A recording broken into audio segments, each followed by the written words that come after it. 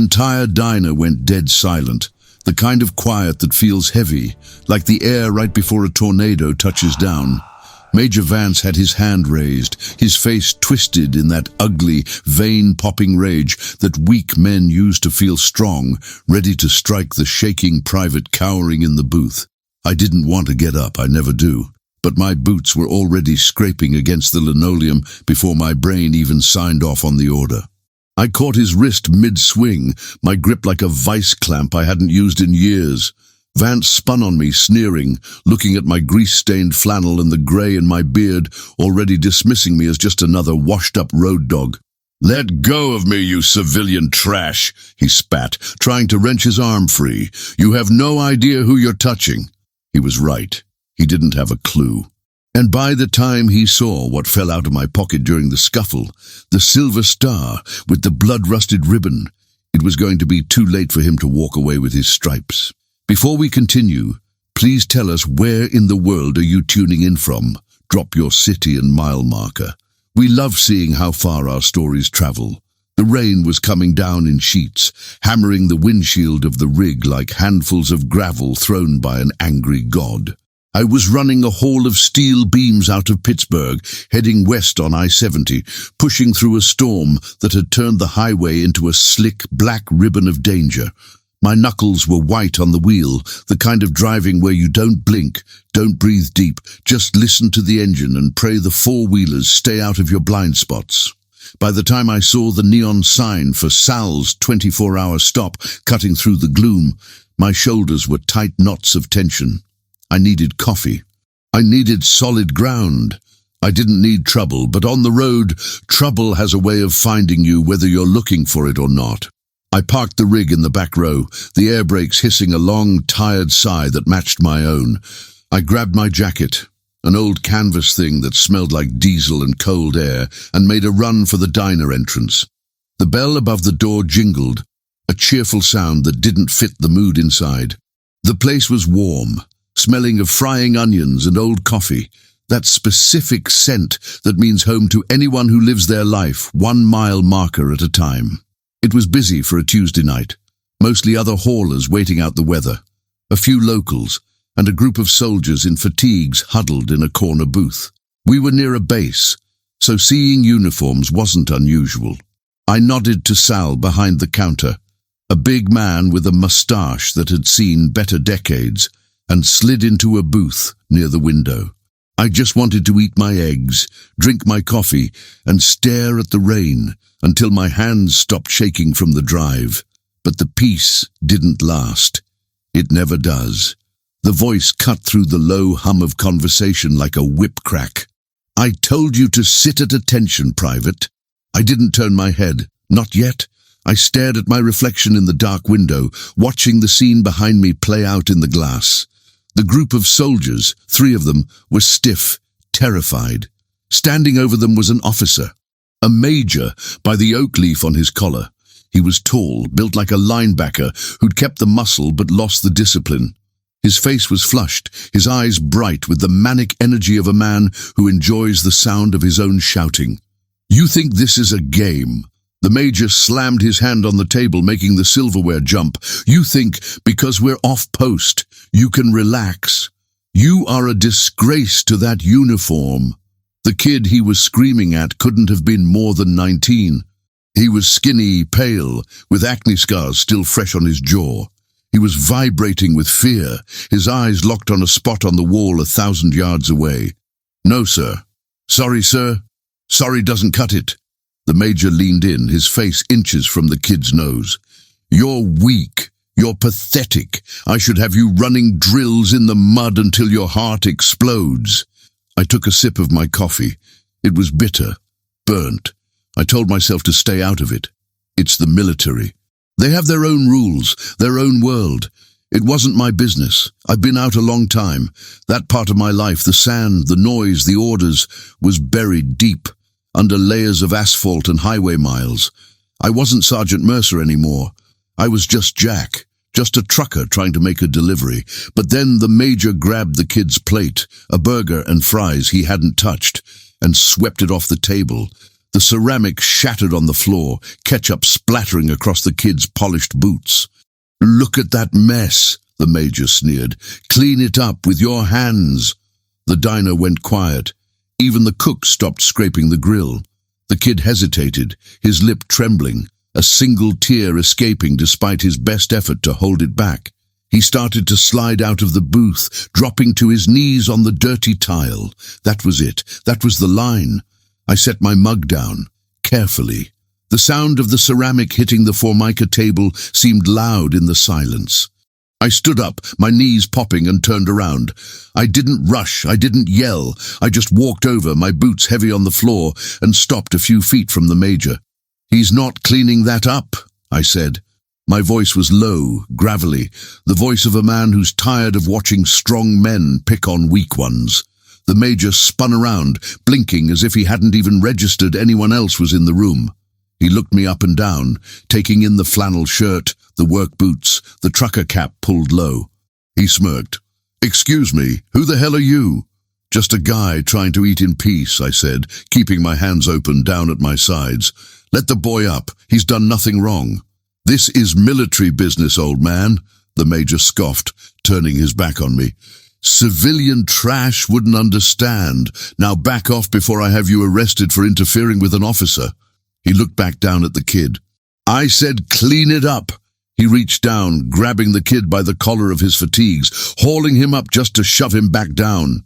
The kid gasped, hitting his elbow hard on the floor. I didn't think. I moved. I stepped into the gap, putting my body between the major and the private mechanism A, mandatory early commitment. It was a commitment.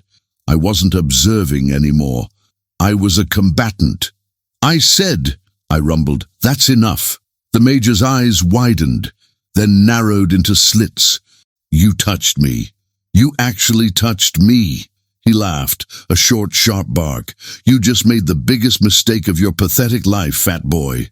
He threw a punch. It was fast, disciplined, a straight jab meant to break my nose and put me on my ass. But I wasn't just a trucker. Muscle memory, dormant for 20 years, fired like a piston. I slipped the jab, the wind of it brushing my cheek, and drove my shoulder into his chest, checking his momentum. He stumbled back, crashing into an empty table. Chairs screeched across the floor. The diner erupted. Sal was shouting for everyone to calm down, but it was too late. The escalation had happened. There was no talking our way out of this now. "You want to play soldier?" The major roared, straightening up. He pulled a baton from his belt. Illegal for him to carry off duty like that, but guys like him didn't care about laws. He flicked his wrist, the metal expanding with a menacing snick. "I'm going to break every bone in your body." I didn't retreat. I couldn't. The kid was still on the floor behind me, scrambling backwards. If I moved, Vance would go right through me to get to him. I took a stance, wider than a boxer's, lower. My center of gravity dropped. I wasn't fighting for points. I was fighting for survival. Vance lunged. He swung the baton in a vicious arc aimed at my temple. I caught his forearm with my left hand, the impact jarring my bones, and slammed my right fist into his ribs. It felt like hitting a bag of wet cement. He was wearing a vest under his tunic. He grunted but didn't drop. He brought a knee up, catching me in the thigh, a dead leg strike that almost buckled me. Pain shot up my leg, hot and sharp. I gritted my teeth, ignoring it. He swung the baton again, backhand this time. I ducked, but not fast enough. The metal tip clipped my ear, tearing the skin. Blood ran hot down my neck. "Jack!" Sal yelled from the counter, reaching for the phone. "Stay back!" I shouted, never taking my eyes off Vance. He was fast, I'll give him that. He came at me with a flurry of strikes, baton, elbow, knee. I was blocking, parrying, absorbing punishment. I took a hard shot to the shoulder that made my arm go numb. I was on the defensive, backing up, trying to find an opening. He was younger, faster, and armed. I was bleeding, tired, and running on adrenaline. "Is that all you got?" Vance taunted, circling me. "I thought truckers were tough. You're just a punching bag." He lunged again, overconfident now. He swung the baton high, leaving his midsection open. It was the mistake I needed. I didn't block this time. I stepped in. I took the hit. The baton slammed into my left trap muscle, a screaming agony that nearly dropped me. But I wrapped my arms around his waist, driving forward with everything I had. We crashed into a booth, splintering the wood. We hit the floor hard, rolling in the spilled coffee and ketchup. He was clawing at my face, trying to gouge my eyes. I buried my head in his chest, keeping tight, neutralizing his reach. I managed to pin his baton arm against the floor with my knee, putting all my weight on it until his fingers sprang open and the weapon skittered away under a table. "Get off me!" he screamed, bucking wild like a bronco. He managed to get a hand free and landed a solid uppercut to my jaw. My head snapped back, lights flashing in my vision. He used the moment to scramble up, kicking me in the chest as he rose. I gasped, air seizing in my lungs, and rolled to my feet. We were both panting now, standing 10 feet apart in the wreckage of the dining area. I wiped the blood from my ear with the back of my hand. My shoulder was throbbing, useless. Vance was smiling. He adjusted his tunic, smoothing the wrinkles. "You're done," he said, breathless. "Now I'm going to finish this, and then I'm going to finish educating that private." He reached behind his back. At first, I thought he was going for handcuffs, but the glint of metal was darker, deadlier. He pulled a knife, a tactical blade, serrated, nasty. "Major, don't!" the young private screamed from the corner. "He's just a civilian." "He's an enemy combatant now," Vance said, his eyes dead and cold, "and I neutralize threats." The situation had shifted. It wasn't a brawl anymore. It was life or death. The irreversibility of the moment hung in the air like smoke. I looked around for a weapon, a chair, a bottle, anything, but my hands were empty. "You sure you want to do this?" I asked, my voice raspy. "There's no coming back from this, son. Put the knife away."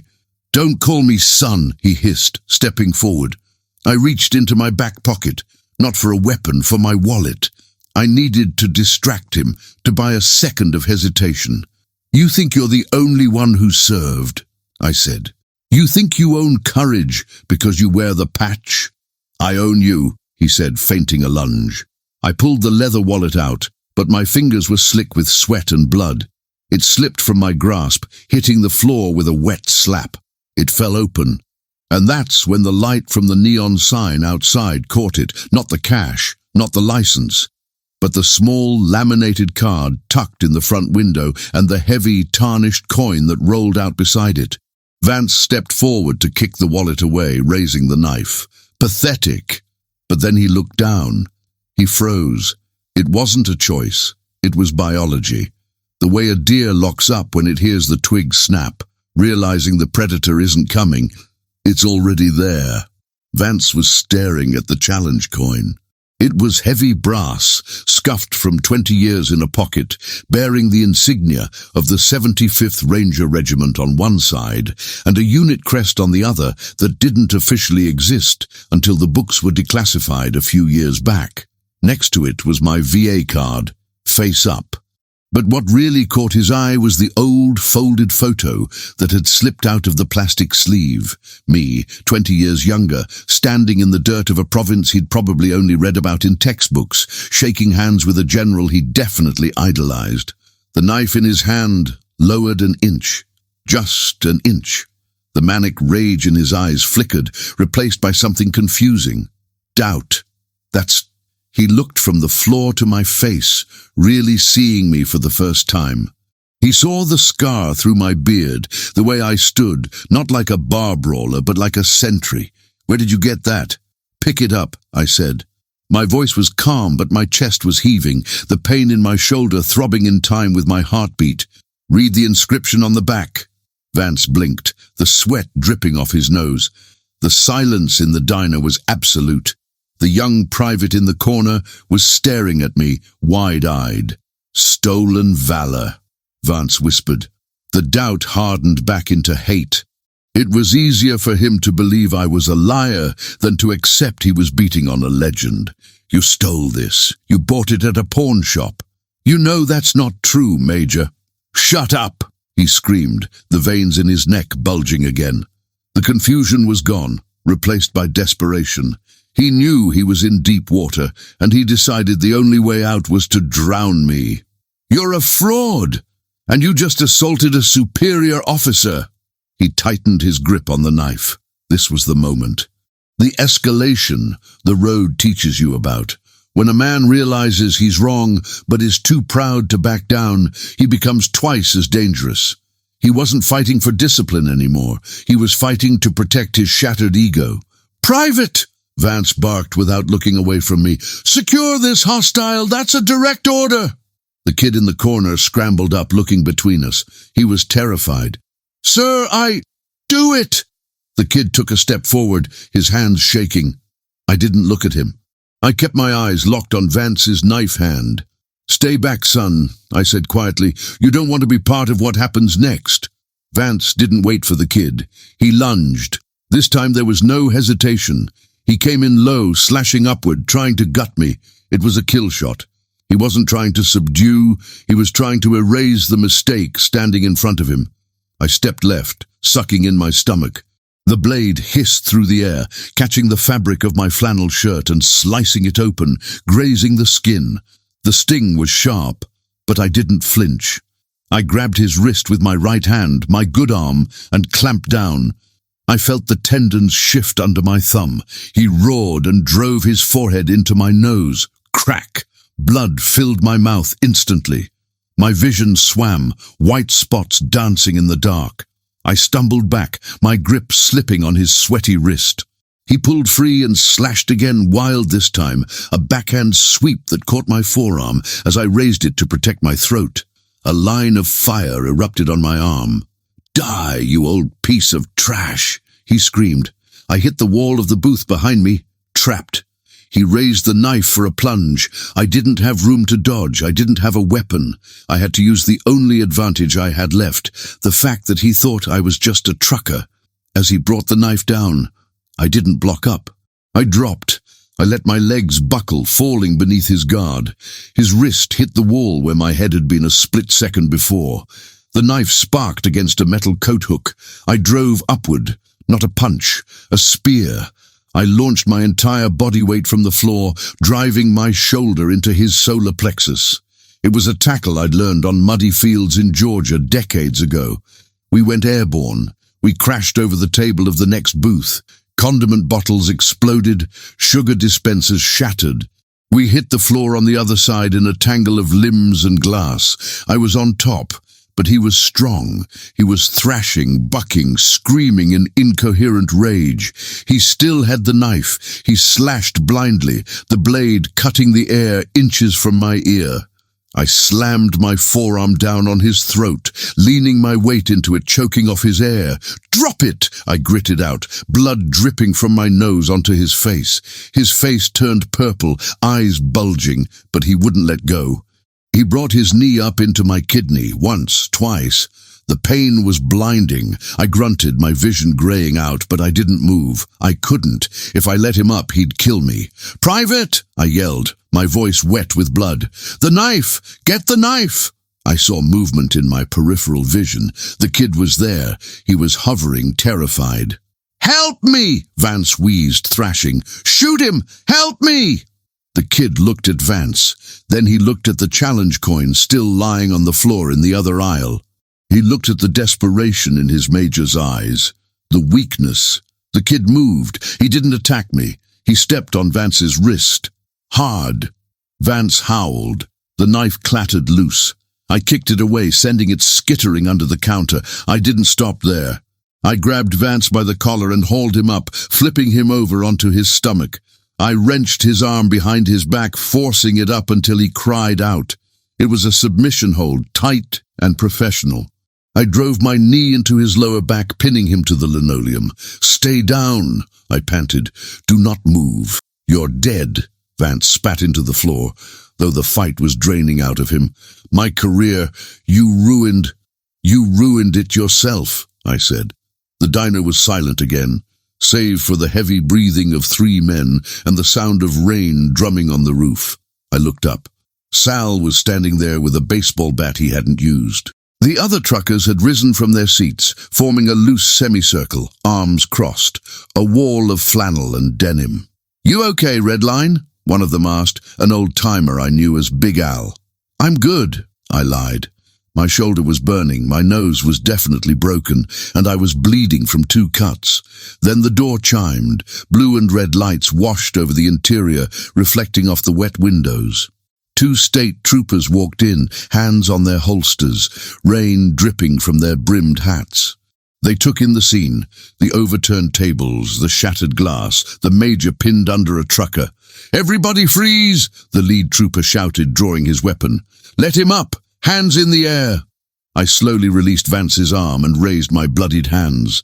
"I'm complying," I said calmly. "Weapon is under the counter." Vance scrambled up, clutching his wrist. He looked wild, his uniform torn, ketchup and blood smeared across his medals. He pointed a shaking finger at me. "Arrest him. He attacked me. He's crazy. I want him charged with assault on a federal officer." The trooper looked at Vance, then at me. He looked at the destruction. "Sir, calm down." "Don't tell me to calm down," Vance screamed, advancing on the cop. "Do your job. Put cuffs on this animal." "Officer," I said. My voice was rough, tired. "Check the dashcam." Vance froze again. "My rig." I pointed out the window to my Peterbilt. "It's parked facing the window. It runs 24/7. It saw the whole thing. The way he treated that boy, the way he threw the first punch, the knife." Vance's face went pale. The manic energy evaporated, leaving him looking small and hollow. "And," I added, nodding toward the floor where my wallet lay, "check that coin." The trooper holstered his weapon and walked over. He picked up the challenge coin. He turned it over in his hand, reading the inscription. His eyebrows shot up. He looked at the ID card next to it. He looked at me, then down at the card again. He looked at Vance. "Major, is this true? You pulled a knife on a civilian." "He provoked me," Vance stammered, backing up. He assaulted." "We saw it all," Big Al rumbled from the crowd. "Guy was bullying the kid. Jack stepped in. Major pulled a blade." The trooper looked at the private. "Son, what happened?" The kid stood straight. For the first time all night, his shoulders were back. He looked Vance in the eye. "Major Vance initiated physical contact, sir. This man saved me." Vance looked around the room. He saw the truckers. He saw the cops. He saw the patrons staring at him with disgust. He realized, finally, that his rank didn't matter here. The trooper walked over to me. "Put your hands down, sir." He turned to Vance. "Major, turn around. Hands behind your back." "You can't do this," Vance whispered, but the fight was gone. The click of the handcuffs was the loudest sound in the room. As they led Vance out, he didn't look at me. He stared at the floor, a broken man who had finally met a wall he couldn't shout down. The medic arrived a few minutes later to patch me up. I sat on a stool, wincing as they cleaned the cut on my arm. The adrenaline was fading, leaving behind the deep, heavy ache in my bones that reminded me I wasn't 20 anymore. The young private walked over. He was holding my wallet and the coin. He held them out with 2 hands, respectful. "Sir," he said softly, I didn't know." I took them, sliding the coin back into its worn pocket. "You weren't supposed to." "Thank you," he said. Nobody's ever stood up for me like that." I looked at him, really looked at him. He was just a kid, scared, green, but he'd stepped on that wrist when it mattered. "You stood up too," I said. "That took guts." He managed a weak smile. I stood up, groaning as my joints protested. "Keep your head down, Private. Do the work. But don't let anyone treat you like dirt. Not even a major." "Yes, Sergeant. Yes, sir." I paid my bill. Sal tried to refuse, but I left a 50 on the counter anyway for the mess and walked out into the rain. The storm had passed, leaving the air cool and clean. The parking lot was quiet again. I climbed into the cab of my truck, the familiar smell of diesel and leather welcoming me back. I sat there for a moment in the dark, watching the police cruiser lights fade into the distance as they hauled Vance away. My hands were shaking a little, the aftershocks of the violence. I reached up and touched the dashcam, stopping the recording. A silent witness. It had done its job. I keyed the ignition. The engine roared to life, a deep, steady rumble that vibrated through the seat and into my chest. I put it in gear and released the brake. I didn't feel like a hero. I just felt tired. But as I pulled out onto the highway, watching the white lines tick by in the headlights, I felt something else too, lighter. I checked my mirrors. The road behind was dark, empty. The road ahead was long, eastbound and down. I whispered to the empty cab. I shifted gears, letting the engine sing, disappearing into the night where I belong. The adrenaline finally left me about 30 miles out, leaving behind a dull, rhythmic ache in my shoulder that pulsed in time with the highway expansion joints. I reached for the thermos, my hand trembling just enough to remind me I wasn't 25 anymore. The coffee was lukewarm, but it washed the taste of copper and old rage out of my mouth. I thought about that kid back at the diner. The way he looked when he finally stood up, terrified, shaking, but standing. That's the thing about courage people don't tell you. It doesn't feel like fire. It feels like vomiting. It feels like your knees are going to buckle, but you lock them anyway. He'd be all right, or maybe he wouldn't. The army is a grinder, and it chews up good men just as often as it spits out bad ones like Vance. But tonight he didn't break. Tonight he learned that rank doesn't make a man, and a uniform doesn't grant permission to be a monster. I pulled the challenge coin out of my pocket one last time, holding it under the dashlight. The brass was dull, the edges worn smooth by years of worry and thumb rubbing. It was just a piece of metal. It didn't have magic powers. It didn't fix the past or heal the scars. But it was a reminder that once, a long time ago, I stood in the mud with giants. And tonight, for a few minutes in a roadside diner, I had to be one of them again. I slid it back into the darkness of my pocket. I didn't need to look at it. I knew the weight of it. The radio crackled, static and distant voices, other drivers moving freight through the storm. I didn't key the mic. I didn't have anything to say. The silence of the cab was enough. It was the only church I had left. I checked my mirrors. No flashing lights, no angry majors, just the empty, wet blacktop stretching out behind me, swallowing the miles and the memories. I shifted gears, feeling the engine hum through the soles of my boots, a vibration that felt like a heartbeat. I was battered, bruised, and tired down to my soul, but the wheels were turning, the load was moving, and somewhere behind me, a kid was sleeping a little sounder knowing that monsters can bleed. That was enough. I turned up the heater, settled back into the seat, and drove on into the night. Thank you for watching. And if stories like this one about courage, sacrifice, and second chances speak to you, please consider subscribing to our channel. Your support helps us share more incredible true stories that honor the forgotten heroes among us.